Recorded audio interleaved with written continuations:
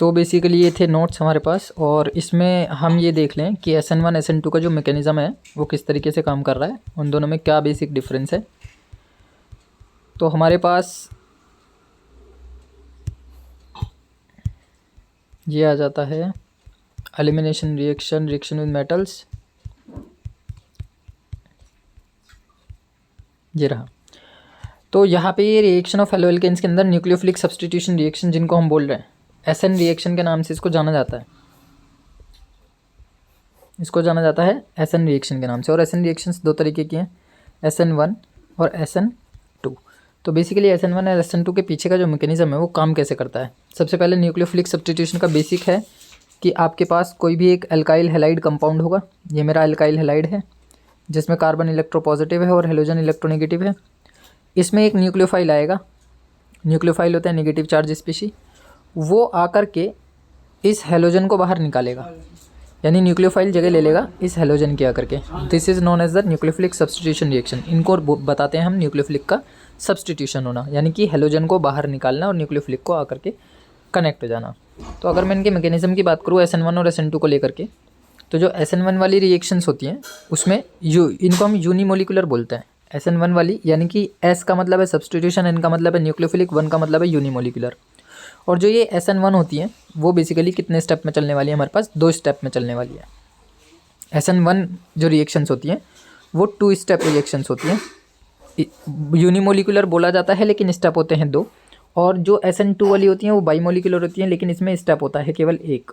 ये single step reaction होती है। तो ये मल्टी स्टेप रिएक्शन है, डबल स्टेप रिएक्शंस, ये केवल सिंगल स्टेप रिएक्शंस। अब अगर मैं SN1 रिएक्शन में एक बेसिक एग्जांपल लेकर के चल रहा हूँ कि कार्बन के साथ मैंने ये अल्काइल ग्रुप जोड़ दिए और ये मेरे पास एक हेलोजन जुड़ा हुआ है। मैंने कहा कि मेरे को इसके ऊपर एक न्यूक्लियोफिलिक अटैक कराना है। तो न्यूक्लियोफिलिक अटैक कराने के लिए मैंने इसके ऊपर डाल दिया न्यूक्लियोफाइल, ये न्यूक्लियोफाइल डाल दिया। तो न्यूक्लियोफाइल डायरेक्टली कनेक्ट नहीं होगा इसके ऊपर जा करके। न्यूक्लियोफाइल पहले वेट करेगा कि यहाँ से एक वैलेंसी क्रिएट हो, यानी कि पहले ये वाला बॉन्ड टूटे। जैसे ये बॉन्ड टूटेगा तो ऐसा कुछ एक सिनेरियो बन जाएगा, कार्बन पर आ जाएगा पॉजिटिव चार्ज और यहाँ से बाहर निकल जाएगा हेलोजन नेगेटिव चार्ज को लेते हुए। अब पहला स्टेप ये हो चुका कि न्यूक्लियोफिलिक की प्रेजेंस में रिएक्शन जैसे इनिशिएट हुई तुरंत वहाँ से कार्बोकेटाइन की फॉर्मेशन हो गई।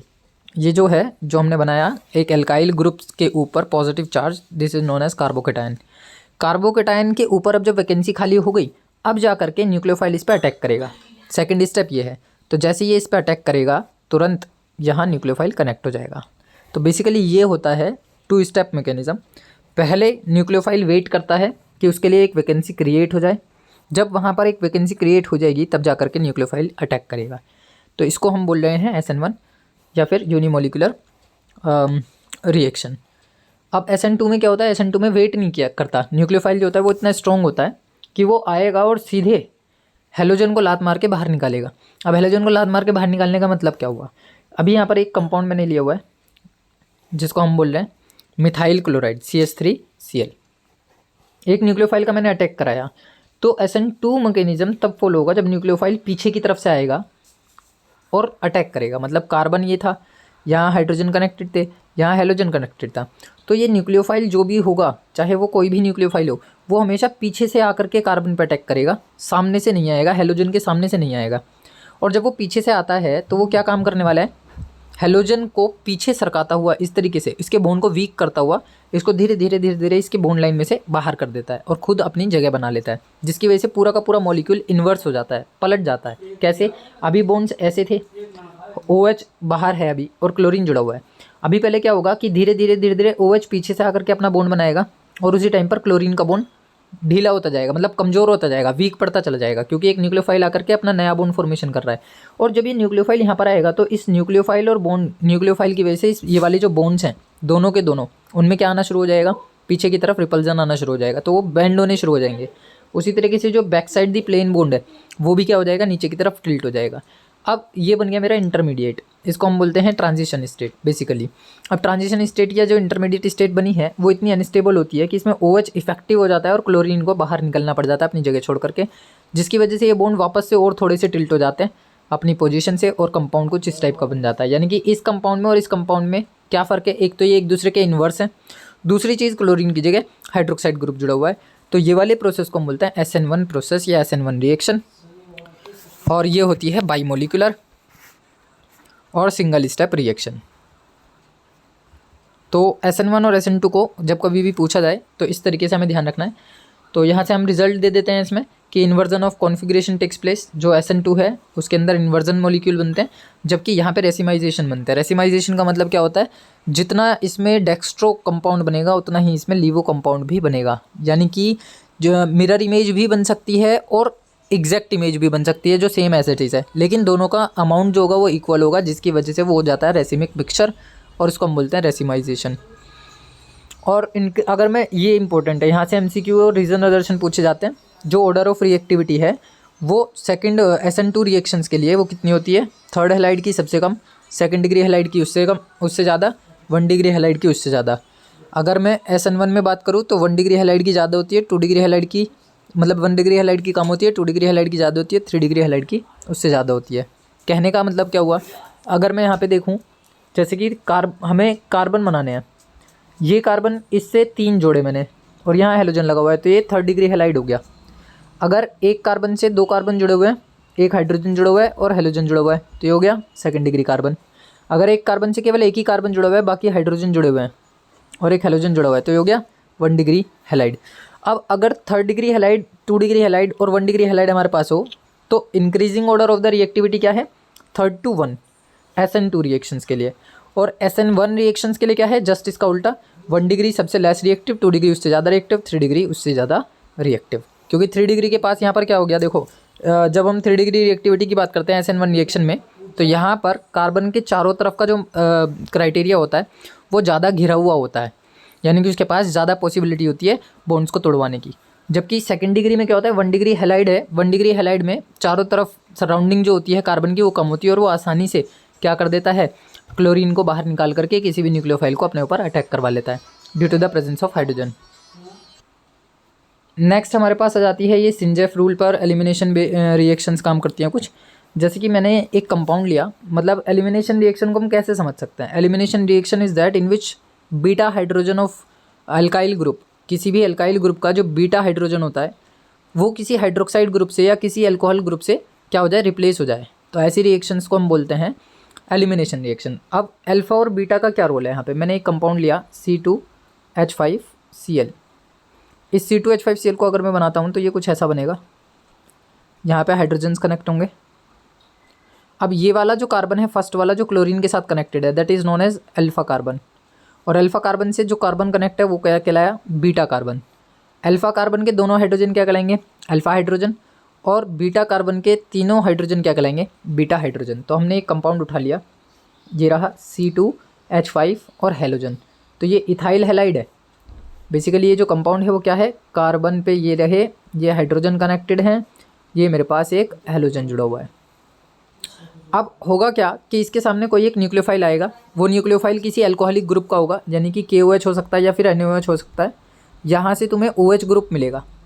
ये जो OH ग्रुप है बेसिकली ये क्या काम करने वाला है, अल्कोहलिक जो KOH होते हैं वो डबल बॉन्ड फॉर्मेशन कराने के लिए रिस्पॉन्सिबल होते हैं। ये चीज़ ध्यान रखना, alcoholic KOH also responsible for the double bond formation. और इसी चीज़ को हम क्या बोल रहे हैं, एलिमिनेशन बोल रहे हैं। एलिमिनेशन का मतलब ये सब्सटीट्यूट नहीं करना मुझे कुछ भी, यहाँ पे कुछ चीज़ हटा करके कुछ दूसरी चीज़ को ऐड नहीं करना, मेरा काम है यहाँ से हटाना, इस कंपाउंड के अंदर से ऐसी चीज़ों को हटाना कि यहाँ पे डबल बॉन्ड फॉर्मेशन हो जाए। तो जो हमने C2H5Cl लिया हुआ है ये, वो क्या करेगा, इन अल्कोहलिक KOH मीडियम अपने अंदर से इस हाइड्रोजन को और इस हैलोजन को बाहर निकाल देगा। तो ये वाले कार्बन ने H पॉजिटिव आयन निकाल दिया और ये वाले कार्बन ने हैलोजन निकाल दिया, तो HX की फॉर्मेशन होते हुए बाहर निकल गई। अब जो बचा हमारे पास वो केवल क्या रह गया, कार्बन, सिंगल बॉन्ड कार्बन और दो हाइड्रोजन कनेक्ट रह गए। कार्बन की वैलेंसी अधूरी रह गई तो बीच में क्या बन जाएगा, डबल बॉन्ड बन जाएगा।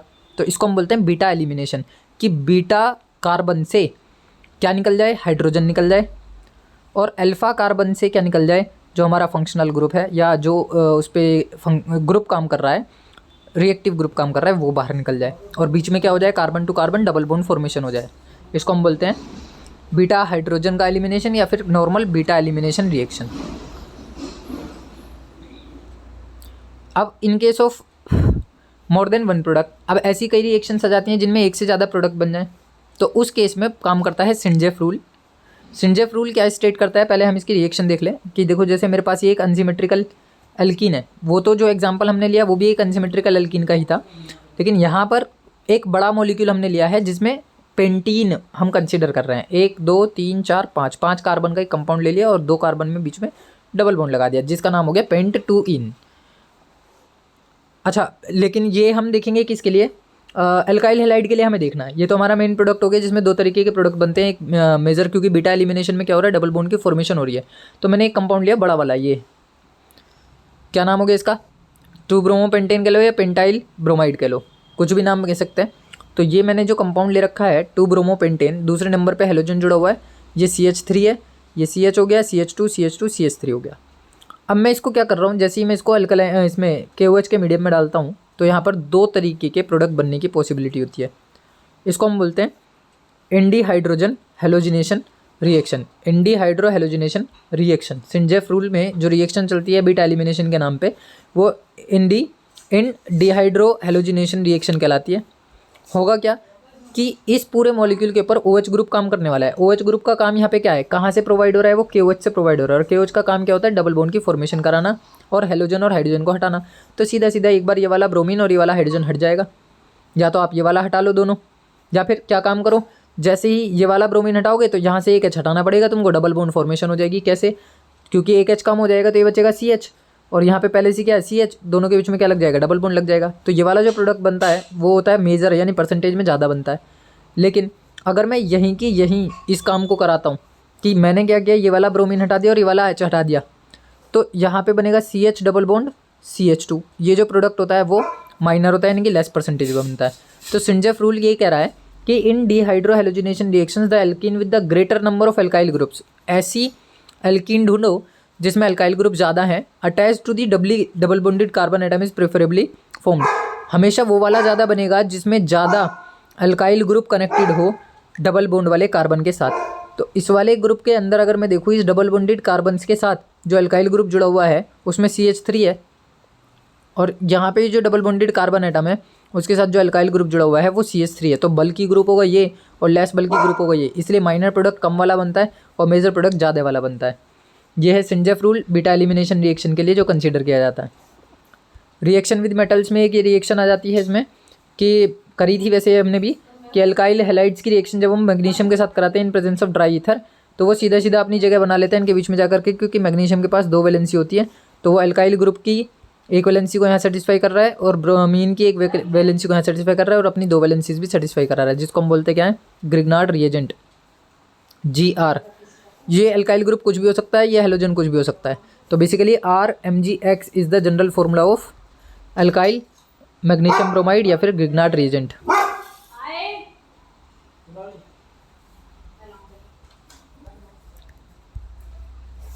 ये हमारे पास इलेक्ट्रोफिलिक सब्स्टिट्यूशन रिएक्शन थी। इसमें मैंने तुम्हें बताया कि एक बार ऑर्थो पोजीशन पर अटैक होता है, एक बार पैरा पोजीशन पर अटैक होता है। और रीज़न क्या था कि सब्स्टिट्यूशन ऑर्थो और पैरा पे होने का, क्योंकि वहाँ पे अवेलेबिलिटी होती है, अनअवेलेबिलिटी होती है इलेक्ट्रॉन्स की।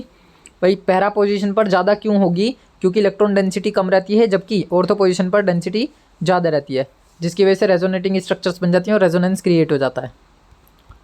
तो ये 4-5 रिएक्शंस हमने कंसिडर की थी कि मैंने एक अल्काइल हैलाइड लिया हुआ है, अल्काइल हैलाइड पे नाइट्रेशन कराया, अल्काइल हैलाइड पे सल्फोनेशन कराया, अल्काइल हैलाइड पे अल्काइलेशन कराया, असाइलेशन भी कराया था ये रहा। ठीक है, तो बेसिकली जब नाइट्रेशन हम कराते हैं तो HNO3 रिस्पॉन्सिबल होता है, सल्फोनेशन कराते हैं तो H2SO4 होता है, असाइलेशन कराते हैं तो ये होता है, देखो 2 तरीके से है, या तो CH3COCl से करा लो या बेंजीन के ऊपर COCl से करा लो, किसी भी तरीके से करा सकते हो, कोई इशू नहीं है इसमें, या COCH3 डाल सकते हो तुम इसमें भी। तो और अल्काइलेशन कराने के लिए केवल CH3Cl रिस्पॉन्सिबल होता है in presence of dry anhydrous AlCl3। Anhydrous AlCl3 की प्रेजेंस जरूरी होती है। तो जब ऑर्थो और पैरा पोजीशन पर अटैक होगा तो HNO3 को हमने लिखा था HONO2। ये वाला NO2 ग्रुप एक बार ऑर्थो पोजीशन पर, एक बार पैरा पोजीशन पर, ऑर्थो का H छठा, पैरा का H छठा, इसका मतलब है 2 मॉलिक्यूल डालने पड़ेंगे, एक हाइड्रोजन यहाँ से आ जाएगा, एक हाइड्रोजन यहाँ से आ जाएगा, वाटर मॉलिक्यूल बनते हुए बाहर। सेम प्रोसेस आ जाएगा सल्फोनेशन के लिए, सल्फोनेशन में भी वही, एक बार ऑर्थो पोजीशन पर और एक बार पैरा पोजीशन पर। पैरा वाला हमेशा क्या बनेगा, मेजर प्रोडक्ट बनेगा, और माइनर कौन बनेगा, जो हमारा ऑर्थो पोजीशन पर होगा। इस तरीके से ये चारों रिएक्शन अल्काइलेशन और असाइलेशन भी कंप्लीट हो जाती हैं। वुड्स फिटिग रिएक्शन थी और फिटिग रिएक्शन थी। इसमें क्या बताया था कि जब अल्काइल हैलाइड और बेंजाइल हैलाइड और अल्काइल हैलाइड रिएक्शन करते हैं सोडियम के साथ in presence of dry ether, तो हमारे पास ये बन जाता है अल्काइल बेंजीन। और जब दोनों ही मॉलिक्यूल किसके हों, बेंजाइल हैलाइड हो, यानी बेंजीन के ऊपर हेलोजन जुड़ा हुआ हो, उसके ही दो मॉलिक्यूल डाले गए हों, तो 2NX बाहर हो जाता है और दोनों बेंजीन रिंग आपस में कपल बना लेती हैं, कपलिंग रिएक्शन के नाम से भी ये जानी जाती है, डाइफिनाइल कंपाउंड बन जाता है। फिर पॉलीहेलोजन कंपाउंड्स थे, ये पूरी टेबल में डिफाइन कर दिया है शॉर्ट नोट्स बनाते हुए एक तरीके से कि पॉलीहेलोजन कंपाउंड्स को हम किस तरीके से याद रख सकते हैं और उनके क्या यूजेज हैं, क्या उनकी प्रॉपर्टीज़ हैं।